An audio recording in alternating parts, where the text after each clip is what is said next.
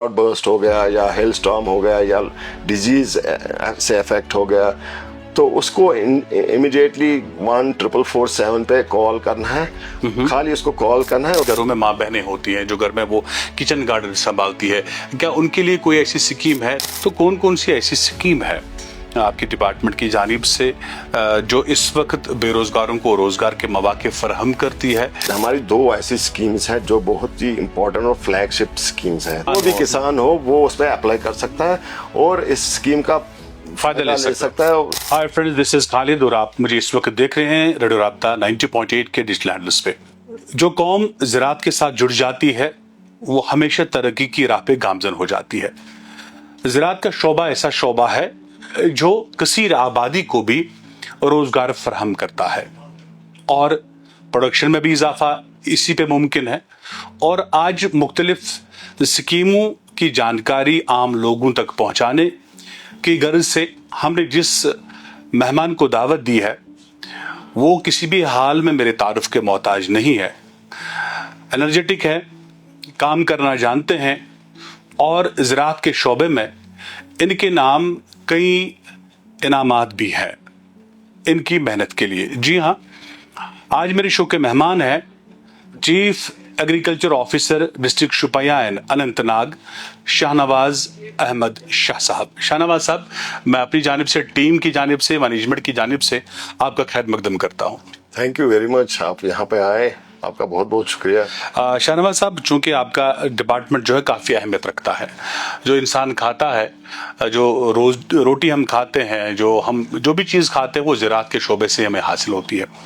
तो ओवरऑल हमारे अनंतनाग और डिस्ट्रिक्ट शुपियां में इस वक्त जो एग्रीकल्चर लैंड है और डिपार्टमेंट की हम ये कहेंगे कि कारकर्दगी क्या है, उस हवाले से आपसे जानना चाहूँगा।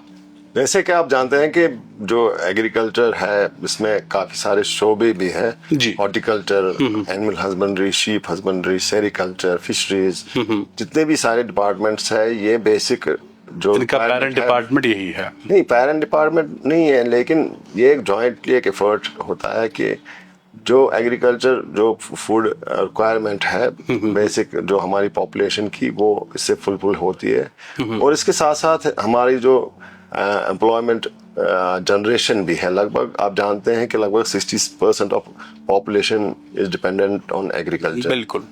तो हमारा जो गवर्नमेंट की जितनी भी स्कीम्स है वो फोकस करती है कि प्रोडक्शन लेवल, प्रोडक्टिविटी लेवल बढ़े और जो फार्मर का जो वेलफेयर है बिल्कुल वो कैसे इम्प्रूव हो जाए। जी जी। और इसके साथ साथ जो हमारे इश्यूज है अनएम्प्लॉयमेंट के, तो उसको भी कैटर करने के लिए कई सारी स्कीम्स हैं और कई सारे शोबे हैं एग्रीकल्चर में, जहाँ पे एक फार्मर, एक बंदा, एक यूथ जाके वहाँ पे अपनी एम्प्लॉयमेंट भी जनरेट कर सकता है और साथ साथ में अपने साथ दूसरे लोगों को भी वो एम्प्लॉयमेंट दे सकता है। तो मैं आपसे ये जानना चाहूँगा कि चूंकि इस वक्त हम देख रहे हैं कि एग्रीकल्चर डिपार्टमेंट कई एक जो है नौजवानों को रोजगार भी फराहम करता है और काफ़ी ऐसी सक्सेस स्टोरीज हमारे नज़रों में है, तो कौन कौन सी ऐसी स्कीम है आपकी डिपार्टमेंट की जानिब से जो इस वक्त बेरोजगारों को रोजगार के मौके फराहम करती है और किस तरीके से आम नौजवान, एक बेरोजगार नौजवान, उनको अवेल कर सकता है, उनसे इस्तिफादा हासिल कर सकता है? जैसे कि आप जानते हैं कि एग्रीकल्चर में कई सारे ऐसे शोबे हैं, जैसे एपीकल्चर है, मशरूम कल्टीवेशन है, वेजिटेबल कल्टीवेशन है, सीडलिंग प्रोडक्शन है, इवन सीड प्रोडक्शन है, जी जी, या अलाइड सेक्टर्स के कई सारे स्कीम्स हैं। तो उनमें जो हमारा नौजवान तबका है वो उसमें रोजगार हासिल कर सकता है। हमारे लिए खुशकिस्मती की बात है, जब से यहाँ पे हमने चार्ज संभाला अनंतनाग डिस्ट्रिक्ट में, जी। तो काफी सारे नौजवान तबका जो है वो एग्रीकल्चर की तरफ आने लगा है और अपने लिए रोजगार इसमें कर रहा है। जी जी। इसमें खास करके हमारा जो वेजिटेबल कल्टीवेशन है जी, या फिर हमारा सीडलिंग प्रोडक्शन है, या फिर एपीकल्चर है, या मशरूम है, जी जी, या और भी कई सारे ऐसे मार्केटिंग के, प्रोसेसिंग के यूनिट्स लोगों ने डाले हुए हैं, जी जी, जिसमें काफी सारा रुझान बढ़ा है लोगों का। और खुशी की बात यह है कि और ज्यादा जो यूथ है जो अभी पढ़ाई भी कर रहे हैं वो भी हमारे पास आते हैं और स्कीम्स के बारे में जानकारी हासिल करते हैं और हम उनकी पूरी हैंड होल्डिंग करते हैं कि कैसे वो अप्लाई करें, फिर अप्लाई करने के बाद उसका अप्रूवल हो जाए ऑनलाइन। जैसे आप जानते हैं कि ऑनलाइन पोर्टल पे अप्लाई करना होता है, तो फिर उसका अप्रूवल, फिर उसकी ट्रेनिंग, हैंड होल्डिंग और फाइनली जो यूनिट एस्टैब्लिशमेंट का जो प्रोसेस है उसमें भी हम पूरी तरह से उनके साथ होते हैं। और जब तक कि उसका यूनिट एस्टैब्लिश हो जाए, उसके यूनिट एस्टैब्लिश होने के बाद भी हमारा जो फील्ड स्टाफ है, टेक्निकल स्टाफ है, उनके साथ ही लगातार राब्ते में रहते हैं और ताकि उसका जो यूनिट है वो सक्सेसफुल बन जाए। जैसे कि आपने भी देखा होगा कि कई सारे हमारे जो नौजवान है, चाहे बिल्कुल वुमेन हो या जी हाँ, चाहे मर्द हो या खातून, ऐसी सक्सेस स्टोरी आपने मीडिया में भी देखी होगी और आप भी कई सारी सक्सेस स्टोरीज आपने भी की है। तो इससे एक पॉजिटिव जो मैसेज लोगों तक पहुंची है कि एग्रीकल्चर सेक्टर में आके वो अपना रोजगार हासिल कर सकते हैं और इसमें भी काफी ज्यादा स्कोप है। जैसे कि आप जानते हैं कि हम कई चीजों में अभी डेफिसिट है, बिल्कुल, तो वेजिटेबल प्रोडक्शन में या फिर मार्केट भी इसका काफी अवेलेबल है, मार्केट भी अवेलेबल है। और इसमें यह है कि एग्रीकल्चर में आप साल में 2 से 3 फसलें भी निकाल सकते हैं, बिल्कुल, खास करके वेजिटेबल कल्टीवेशन में। तो कई सारे हमारे एरियाज है वहाँ पे 3 से लेके 5 जो क्रॉप्स है वो कल्टीवेट होते हैं पर ईयर। तो रेगुलर इनकम फार्मर के पास आता है और ताकि जो उसकी जो हालत है वो बेहतर बन जाती है और हमारी जो मार्केट में अवेलेबिलिटी भी बढ़ गई है। जो वेजिटेबल खास करके आप जानते हैं कई सालों से मार्केट में जो लोकल प्रोड्यूस है वो काफी मकदार में आ रहा है।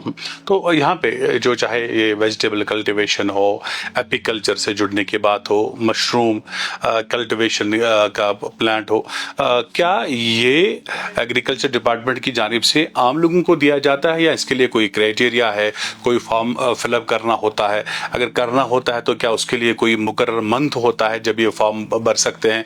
अगर भर सकते हैं तो क्या खाली चीफ ऑफिस में आ सकते हैं या फिर नजदीकी जो एग्रीकल्चर ऑफिस है हर जोन में वहां पे ये जाके फॉर्म भर सकते हैं? सबसे पहले मैं आपके लास्ट वाले क्वेश्चन का जवाब दूंगा क्योंकि ये एक बहुत ही इम्पोर्टेंट चीज है।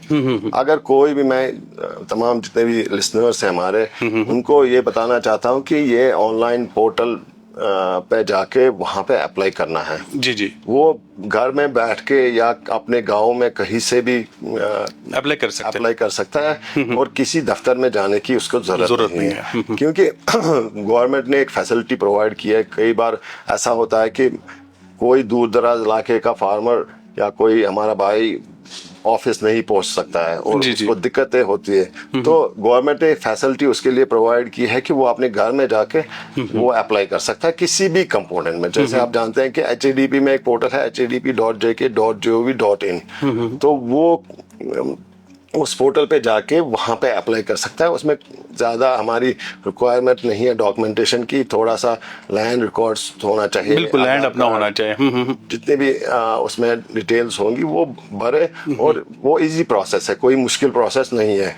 जैसे आप जानते हैं कि हमारे 1,18,000 फार्म ऑपरेटिंग फैमिलीज है डिस्ट्रिक्ट अनंतनाग में, तो लगभग हमारे